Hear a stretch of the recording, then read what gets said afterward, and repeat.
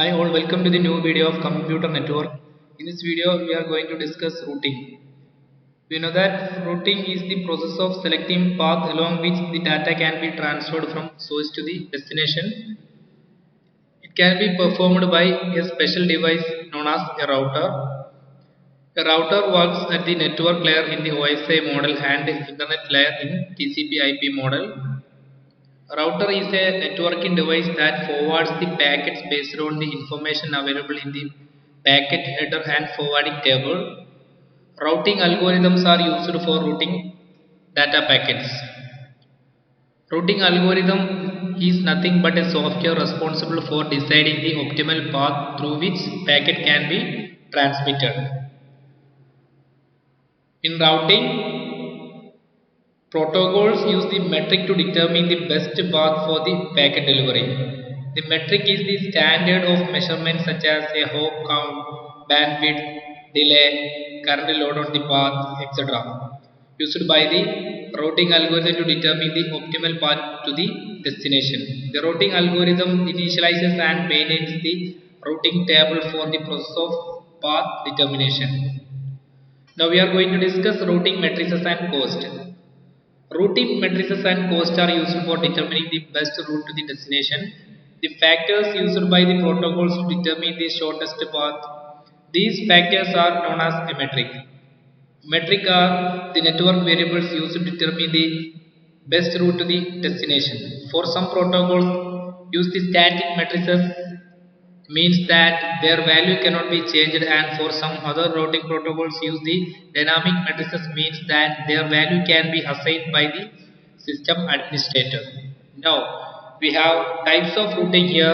Routing can be grouped into two categories: non-adaptive routing and adaptive routing.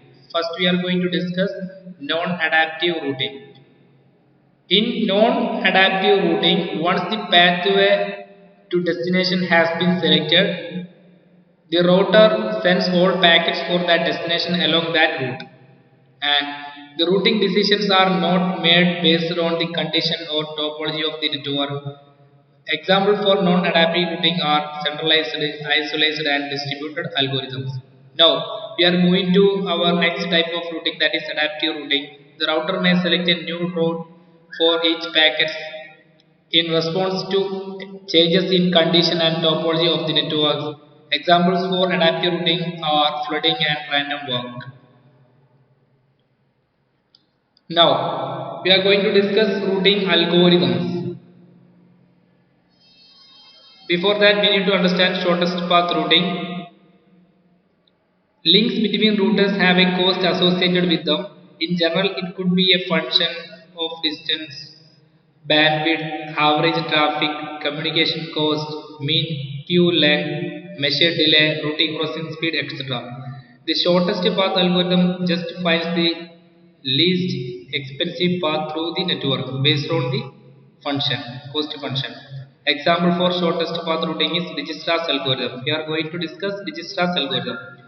It is an algorithm for finding the shortest path from a starting node to a target node in a weighted graph.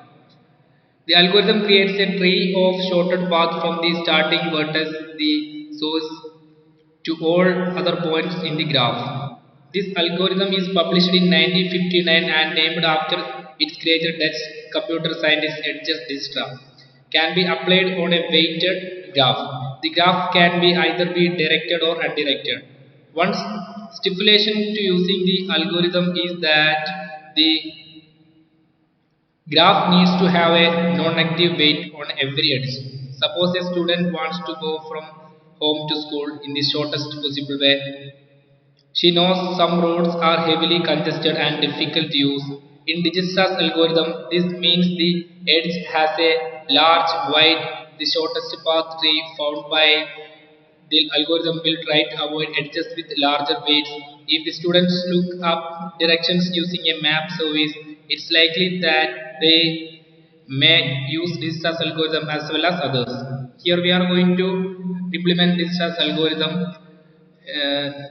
It is the shortest path which could be found using this algorithm.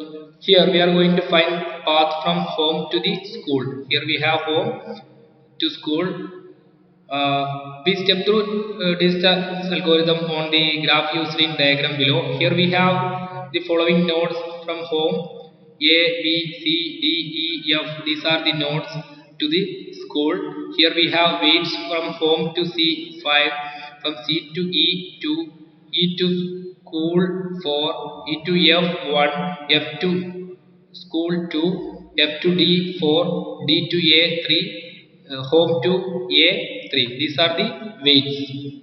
Now, first step what we can do is initialize distance according to the algorithm. Here we have A, B. You write like this: 3, 7, 1, 3, 2, 2, 1, 7, 5, 3, 2, 3, 3, 4, 2, 5, 3, like that. It is, we are going to initialize distance according to the algorithm. Then pick first node and calculate distance to adjacent nodes. Here we have the example: A to B. Pick first node and calculate distance to adjacent node. Here we have first node A here from here. That is 5 and 3 is the weight. 7 also is the. Now 375. 375 is the node and calculate distance to adjacent node. We will get the 3 because 3 is the least value. Pick next node with minimal distance. Repeat adjacent node for distance calculator. Now we have, after from 3 we have 7 and 1, which is the smallest one. Smallest one is 1. So in the next figure we assign path as 1. Now from 4 we have 6, 5 and 7. 6, 5 and 7. Here we have 2, 3, 1. So you can assign 4, 5 node. This one, 5th node you can select because it is the least distance. Now we are going to check another distance, that is from 5 we have 7. 7, 7 is the, it is the 2 distance 2. So you select 7 here. So it is the final result of shortest path 3. So thank you all. I hope you understand.